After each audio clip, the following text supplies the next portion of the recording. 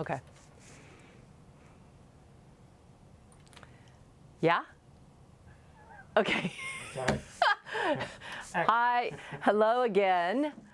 Thank you for coming to the Soolip Fix. I'm Wanda Wen, and I have something fun in store for you. We're going to make a handmade card, a handmade special Valentine for your honey or honeys.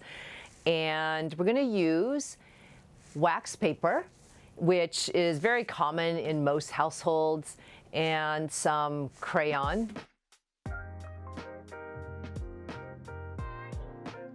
Here we go. So what I'm going to do is just roll out just a short piece of wax paper. Okay. Now, I am a big fan of sending cards, as you probably know. I think receiving a card in the mail amongst the sea of bills and uninteresting junk mail brings such a delight to people's lives, and it's a very easy thing to do, to be able to either go out and buy a card, or, since it's the pandemic, order one online, or better yet, make your own. So I'm going to show you how to make a handmade card just using normal things in and around the house and making something truly special and unique. So I have wax paper, and I'm basically making myself 2 small pieces. All right.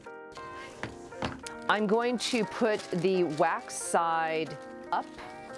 Right, so wax paper has 2 sides, and one side is a little more waxy, the other one is not quite so. So I'm going to basically sandwich 2 pieces of wax paper together, wax to wax. I'm going to take a crayon. I'm going to use this fuchsia color and a pencil sharpener. And I have this vision in my head that I just want to do kind of an abstract, artistic image. So taking the other piece of wax paper, the wax side down. Okay, so 2 waxy sides together.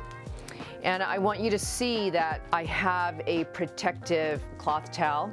And then you're going to put a layer on top, because you don't want to put an iron on the wax paper itself. So I'm going to take an iron. I have it in about a medium setting, a little bit higher than medium. I am intentionally going over where the wax is. Make sure and iron the perimeter so that the wax paper sticks to each other. All right. This is a fun project to do with kids and children, because it's like so fun. What can you make with these shavings of wax, wax crayon? Okay, so look what happened. I used to make stained glass this way, and I would take these and put them in the window, and it's so lovely, choosing all kinds of colors. Essentially, I'm going to use this as a decorative element on top of handmade paper. So I have this beautiful paper, comes from the Arpa paper mill in Spain. What should I do? Should I do purple? Purple or pink as a card? I think I'm going to use the pink. All right. So I'm basically going to create an overlay using this piece that I created. I'm going to take my X-Acto blade. I'm going to sort of eyeball. What I want to do is I'm creating and cutting a shape that will fit over this piece, and it'll be like an overlay. So I'm basically just going to trim around this, and I have this handy cutting mat to measure, and I'm using my X-Acto blade against a rule. So I create this little piece, beautiful, and look, I don't know if you could see through the light, but look how beautiful it is. So now, what am I going to do with this? Well, I'm going to take this and I'm going to use this beautiful rose gold embroidery thread. Just gorgeous. Thread your thread in the needle. Just tie a knot at one end. So I'm going to stitch the paper. I love stitching in paper. All right, I'm gonna stitch this together. So I'm basically going to poke a hole where I want it, and I'm gonna thread it through once. Actually, here, I'm gonna do this.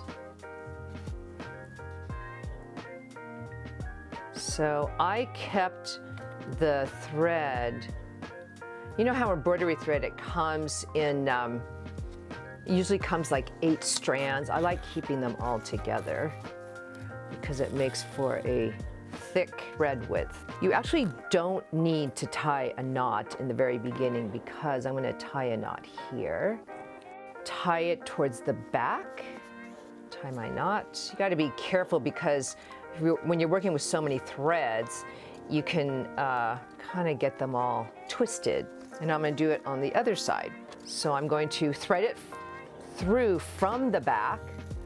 I'm going to keep a tail big enough so that I can handle it and I can use to finish off my tie. You gotta be careful. I really should be wearing my glasses. Okay, all right. So I looped it once, and because I'm gonna tie this on the back, it actually makes it's sort of the effect of looping it 2 times, which is great. Okay, so I'm going to trim. I'm going to tie the knot in the back, tie a square knot. Now, I'm going to trim these so that, you know what, I am gonna get my glasses, okay? I'm like straining my eyes. Okay, before you trim, put a little bit of glue just to make sure that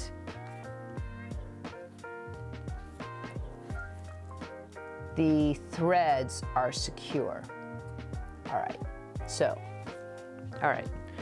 Well now, okay, so I don't know. We have to wait for this glue to dry, so I don't know. What can we talk about?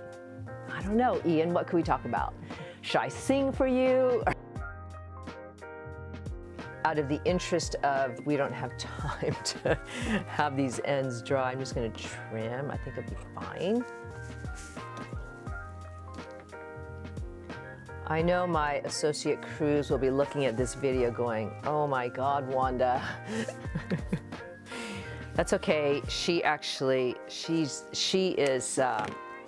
impeccable in her work. Okay, all right, and there you go. You have a handmade card made by your loving hands, and this is like a little, you know, like a little jacket, like a little peek, and it's gonna go inside this handmade envelope. But look how darling this is, right? Just imagine getting this in the mail. You open it up, and then you'll have you could write a message inside. Dear Valentine. Look at this lovely pen.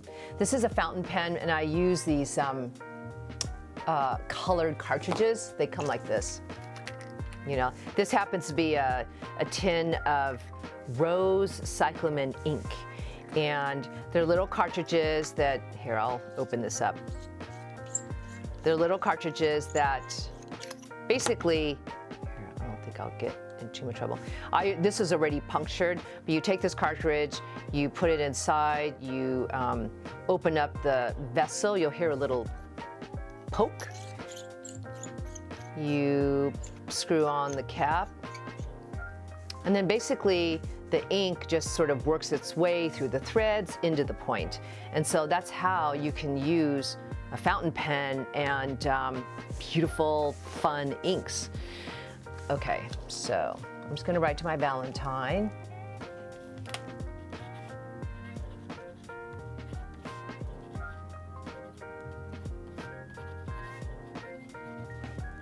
I'm a big believer in letter writing, and you know, I have kept my letters from, gosh, since I was 10 and 11, and from everyone that's been really, that has made a mark in my life or have been special in my life. And I have to say that reading back, you know, special cards and letters and seeing people's handwriting, and if it was a handmade card, seeing their impulses of their heart really is, it's so priceless. And, you know, in this day and age, in our digital world where so much of our communication is via email and texting and iPhones and mobile devices, that it's just so nice to keep this art of writing and letter writing alive. And I really encourage you to do that, because there's something, first of all, for the recipient, it's to be able to receive something that's been handmade and handwritten is so powerful. And for the writer or the creator, the person that's creating the card, it's such a mindful activity. And you know, as I was making this, even though I'm talking to you, as I was making this, you know, I'm thinking about the person that I'm going to create for, and it just sends loving energy to not only this, and I'm a big believer in energy, but out into the world, loving thoughts. So anyways, pick up a pen, find some paper. It doesn't need to be this fancy handmade paper. You could, you know, just, you know, get an index card and use that as the base of this wonderful thing that you just made. All right? Dear Valentine, I can't wait to see you. I'm gonna keep this short because we're on camera. Thank you so much for coming. Thanks so much for allowing me to offer this creative project to you. With this technique, you can make lots of things. The world, it's endless, all right? Thanks for, I just said, thanks for coming. Okay, make sure to like it if you do, and subscribe, and tell your friends. Definitely tell your friends. Okay, see you later. Bye.